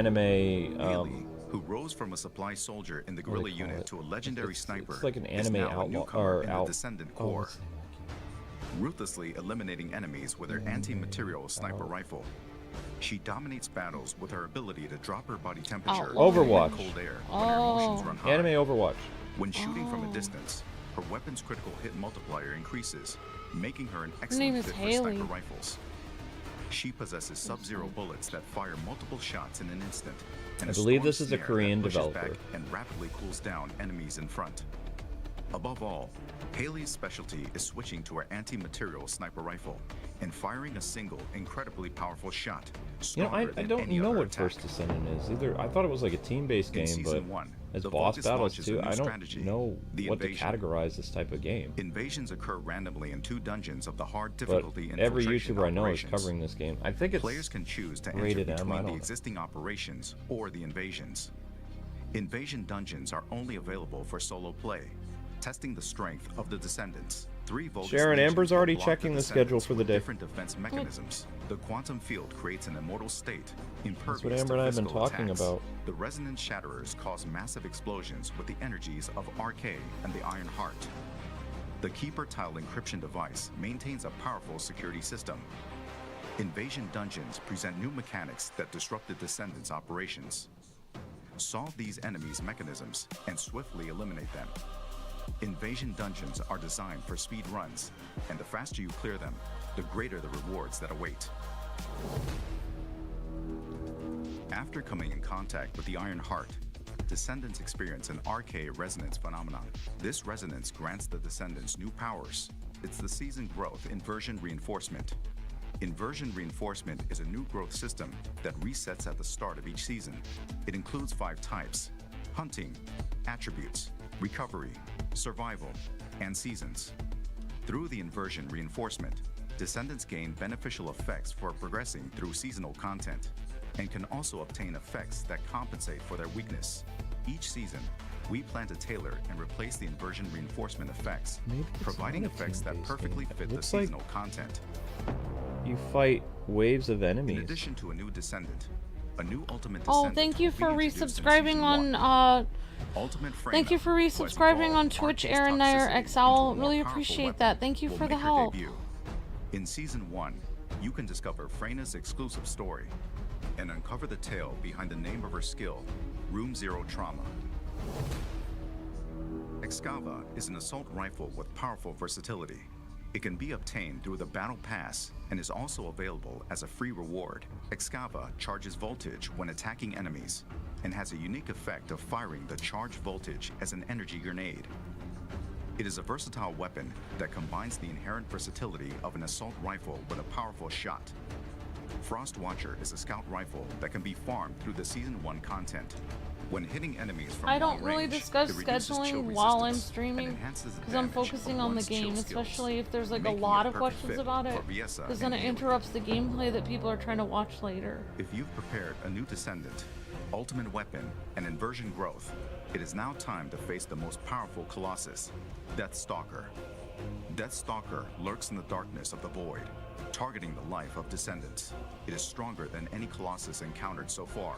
To protect I think Albion this is from a the threat of wave-based Deathstalker, we survival must game once where you again and a venture team into the void, basically unravel the fight mysteries like within the darkness, waves after and waves of intercept monsters, and then Deathstalker. eventually you have The first Descendant's a big first boss season battle. begins on It August looks 29th really with Haley, cool. a The new reason I Descendant, didn't get into Ultimate First Freyna, Descendant and the new when they were ultimate doing weapons, when it new released like episodes, 2 or dungeon 3 weeks content, ago and void is intercept because I didn't know what battles type of await you in game it Albion. was. I thought it, Descendants. oh, it's another The Overwatch first game or something. Descendant, It's like I'm not really Season interested 1 in that, invasion. you know. Play for free. Yep, exactly. Season 1 comes out August 29th. Well, it looks really cool. It's a crazy, crazy game. But no matter what you do to make your dreams come true, the choice is up to you. Alright, so I'll look up the First Descendant. Another anime.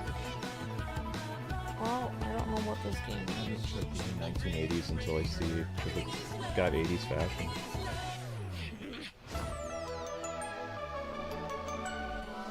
It looks like you design houses.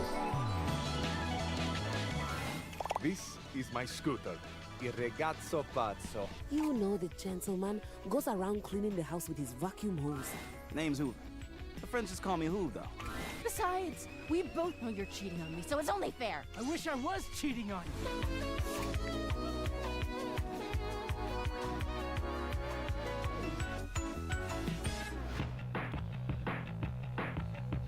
Okay, great. Hi everyone. Hope you guys are having a good day. Good to see you guys coming in the chat.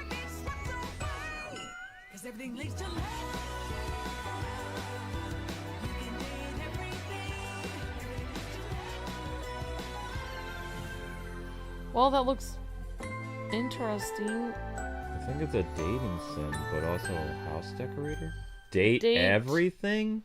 Everything. Okay. Well, that's interesting. So you can date the lamp? Team Sassy? As developers of the relationship testing epic that is the Overcooked series, if you know, you know, it seems fitting that they would take on a dating sim in a rather unusual way. Here to tell us more about the quirky home furnishing dating fever dream, this is Date Everything from Sassy Chat Games. Please join me in welcoming co-creative lead and executive producer Robbie Draymond, writer, producer Amanda Hubbard, and lead writer and designer Ray Chase, all the way over there. Hi Ray, how are you doing? Thank you so much for joining me. How are you all doing? Are you having a great Gamescom? Really, the best Gamescom. And, you know, just so you and everybody at home knows, I know my name said Amanda, but I'm actually Tiago today. I'm sporting our lead programmer's jacket because someone stole my jacket out of my mailbox. So if you're watching this, if you could please bring my jacket back to me, I would appreciate it. Thank you so much. Wonderful. So all good, maybe aside from Tiago and the missing jumper. Poor Tiago. There we go. Now, I most likely confused people in the intro of what exactly I was talking about with the game. So for those who don't know the premise of Date Everything, tell us more. What exactly does that mean? Sure, this is an absolutely bizarre game that has never been made before. You start out, it's almost a first-person shooter, as it were.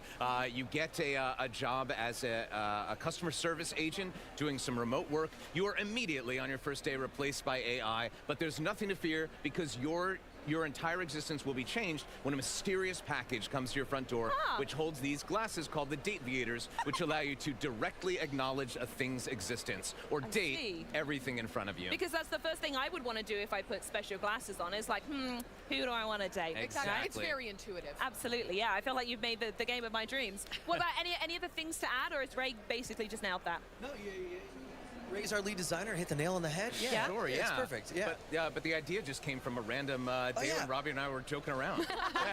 Well, I like our game. The idea is a joke at the beginning, but underneath there's so much more. And yeah, we just pitched it out during a voiceover session we're doing together, and then a couple days later, Ray came to me and says, I think I want to make this a thing. There's something here. And the next thing we knew, we were filling out contracts to start a video game company, and here we are 6 years later. It's wild. Wonderful. Okay, well, we can't talk about a dating simulator without asking what we're dating. You see where I'm going here. So tell me a little bit more about who it is we're going to be interacting with. Ooh, yes, absolutely. Well, it's everything. It's the name of the game. It's literally Finish the segment. That's the game. Thanks so much, everybody. Really appreciate you. Bye-bye. We put the trailer out in the world a couple of weeks ago, and one of the most fun parts is like going to the comments and seeing like the people guessing who is going to be out there, and almost always would go, yeah, you can date. It's the name of the game. Yeah, but I think we all have our favorites too. Definitely, for sure. Yeah. Oh, I mean, do you want to talk about your favorites now? Sure. Do each of you have anyone in mind? Oh, so many. I Too looked many. out of the bag on Twitter a couple of weeks ago when we got to reveal Ben Starr as Dorian the Door. Massive fan of his work, and what an interesting character. This is a character. In this game, you can get love endings, friend endings, or hate endings with every one of the characters. And Dorian stands up for those who are looking to just be friends. Understand it is you get magic glasses that turns every object or thing into your house into a dateable object. So you have household objects that turn into people. So there's a man with a vacuum cleaner, you got a piano lady, your cat could turn into they turn into humanoids. You can also befriend everything, and you might just hate them too. What? How fun would it be to date a lamp? That would be so weird. Like, hey, what do you want for dinner? Lamp doesn't say anything. It's like, okay, I guess I'll get you pizza. It's like, I don't really know what was happening. Jump up here. Well, I'd have to go with, I think, Vod Trap. Hilarious character, and probably one of my favorite sessions that we did. It's so funny. You can't go through Von Trapp's story without laughing, crying, sobbing. It's so good. We had an amazing writing team of about 30 individuals, and they all put their unique perspective on it. What happens when you fall in love with your piano at the end of the game? And when you're talking about a character like Von Trapp, which is Dana Snyder, who you might know from Aqua Teen Hunger Force, this is Shake, definitely a ton of other unique. comedic stuff, he just kind of went went wild. And Tiago, our poor programmer, had to deal with all the changes. The real Tiago. Oh, okay, of course. Yeah, yes. and it is such it's a great character. My favorite is kind of our mascot, Skylar Specs. She's plays the actual Aviators themselves. Yeah, thank you. And though they're yes, a mechanics fine. character that sort of show you how to play the game, the writing is so lovely, so fun, so. The writing is so good. Please, the writing. Well, okay. Falling in love with me. Yep, and Luke is just adding That has been the stuff nature to of our his friendship for the wish last list 10 years, for pretty much. I can't resist a good beard. But then we brought in a nerd icon Felicia Day to What come if in the glass and play that you were Skylar, dating breaks? and, Then she what? brought this Says whole new Man level Spider. of charm to it. So You have a funeral yeah, we've for all got it? our favorites, but I think those are our top 3. I love it. We might change this. Someone asks us next week. Don't worry about it. Every single day, I feel like every playthrough you'd find a new reason to love someone else. All my children. I can't actually pick. There you go. I'm sorry I made you do so. I do want to stay on the topic of voice actors, though, because obviously yourself, you've done quite a lot of work here at the table. So what's it like moving from performance to development on a title and being behind the scenes a little bit more? Oh, absolutely. We were unprepared for the amount of work that is to make video games. One of those things that looks is like so much fun on the outside, and yes, obviously we had a blast, but way more spreadsheets than you ever thought possible.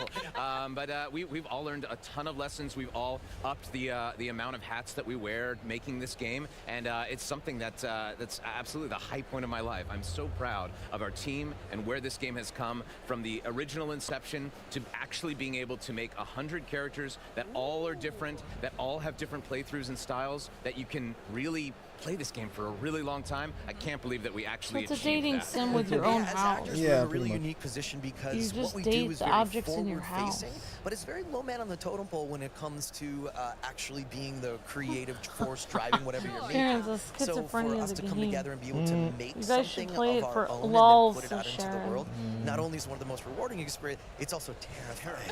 But that part of it was over. We gave the world the conceit, the idea, and from what we can tell, they said yes. So we're so excited for everybody out there, you all, to play it. It's the best. Do you think it's maybe changed your perspective the next time you go to voice something that's someone else's game of like, I suddenly understand everything that went into this one, actually? It already has. I think the very first session that I got into post being like halfway through production in this, my outlook on the entire script was completely different. And if I do say so myself, I think the session went even more smoothly.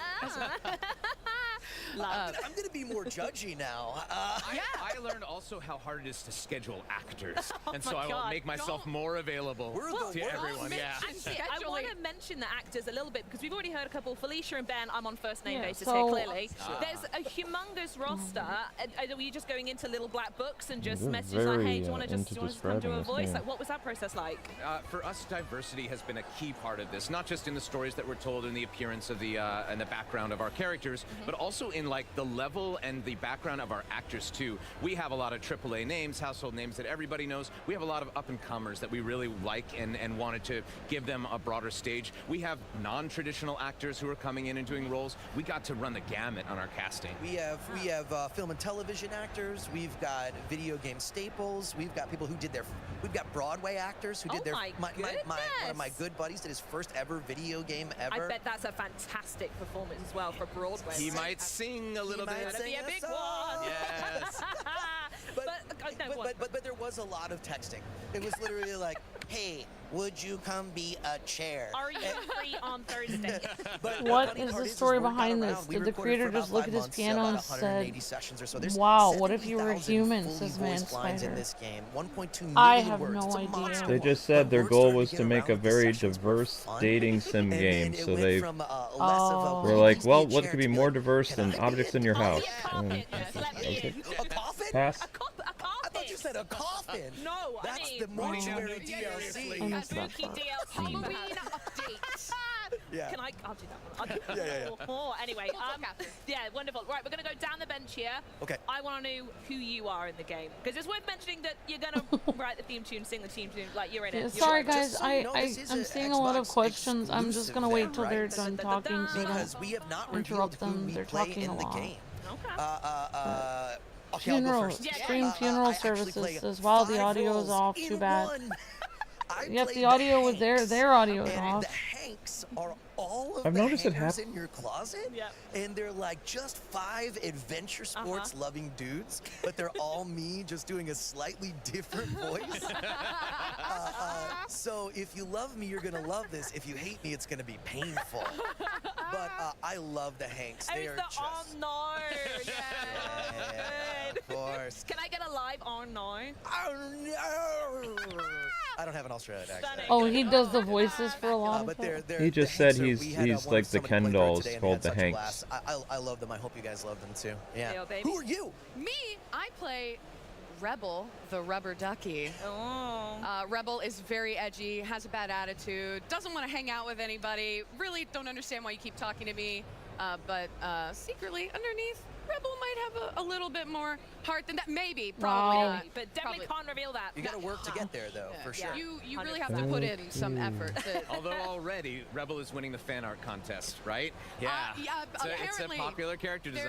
There has been already dozens of images of Rebel populating the internet in the best, most fantastic way. I was not expecting that. I'm so glad people love them. All right, illustrious leader, who do you play? I play one of my favorite characters. I wrote his theme song. I got to voice him. I wrote all the things he said. He is the Scandelabra, one of the first characters that we came up with in this. He's like an 18th century courtier. Look at him. And while everybody else loves the fact that you're going around and being very polyamorous and doing it, for him it's all scandal. And he keeps track of all the love endings that you have and berates you for it. But in the end, maybe he loves it on the inside. I have to ask, actually, specifically on that, with the names being pun-based, as a Brit, I adore that. What comes first? Do you come up with a Scandelabra or a scandal, and then you try to fit that into an object? We've had this question before. Yeah. Well, some are non-negotiable. Every house has a table or chair. That we knew.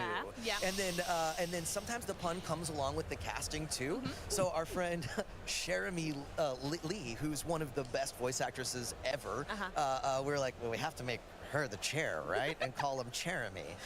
So sometimes it's basically they really like the Beauty and the Beast movie, but they wanted to be able to date all the objects that turn into humans. That's essentially what the premise of this game is. Pass. All these characters were developed at different times, some faster than others, some had different rewrites and stuff. I mean, toasters, chairs, paintings, bed, even though it might seem like, toilet, I do want to fridge. a little bit of mana to your character, because in the B-roll that we got playing here, there's something that pops up I really want to talk about, which is this content aware that Skylar talks about. I love it as a feature, but I want you to tell me why everyone else should fall in love with it. Our game in general isn't overly salacious, nor is it anything negative in that way. It's body, it's fun, it's flirty, but mostly it's wholesome and a really good time. We do have characters that we wrote. There's 100 different ones, and it's not all jokes and funny stuff. Of course, we really like to dip into some serious stuff. I mean, that's the idea of the concept, right? And then we deliver something more earnest, and some of the characters Ray figured out we have to talk about. We had a unique opportunity here because it's a sandbox. You can date them in any order, so it meant that like some of our characters, Rebel, for example, who is quite vulgar, let's just say. Skylar says, I've never seen my content aware go off like this. But you have the opportunity to have this content aware feature on, and anything that might be triggering, Skylar is able to like call you out, say what it is this something you're comfortable with, and if not, there's no judgment from us as developers. You can skip that character at absolutely no expense to your playthrough. You still get any ending that you want with them, and you can take out that triggering content. And if you're open for everything, you can turn off content aware right at the beginning, and it never comes up. Yeah, it's a really a small percentage of when that content aware pops up. But if you see it the first time and you don't want to deal with it, what is this game rated? Probably Why would there be a content aware warning on it? Thanks for asking. You're so welcome. We want people to have the best. The weird thing for me is the fact they say we won't judge you if you skip certain characters that you don't want to interact with. No developer says that stuff. It's like, so oh my god, I'll tell you off camera. I know what this game is about. So with it being a dating simulator, and you said there's 100 characters in there, are there any pre-existing relationships in the house? My are the gosh, players I think going to I know meet what other you're Hang talking one about. sec, guys. I'll be right back. Ooh, yeah,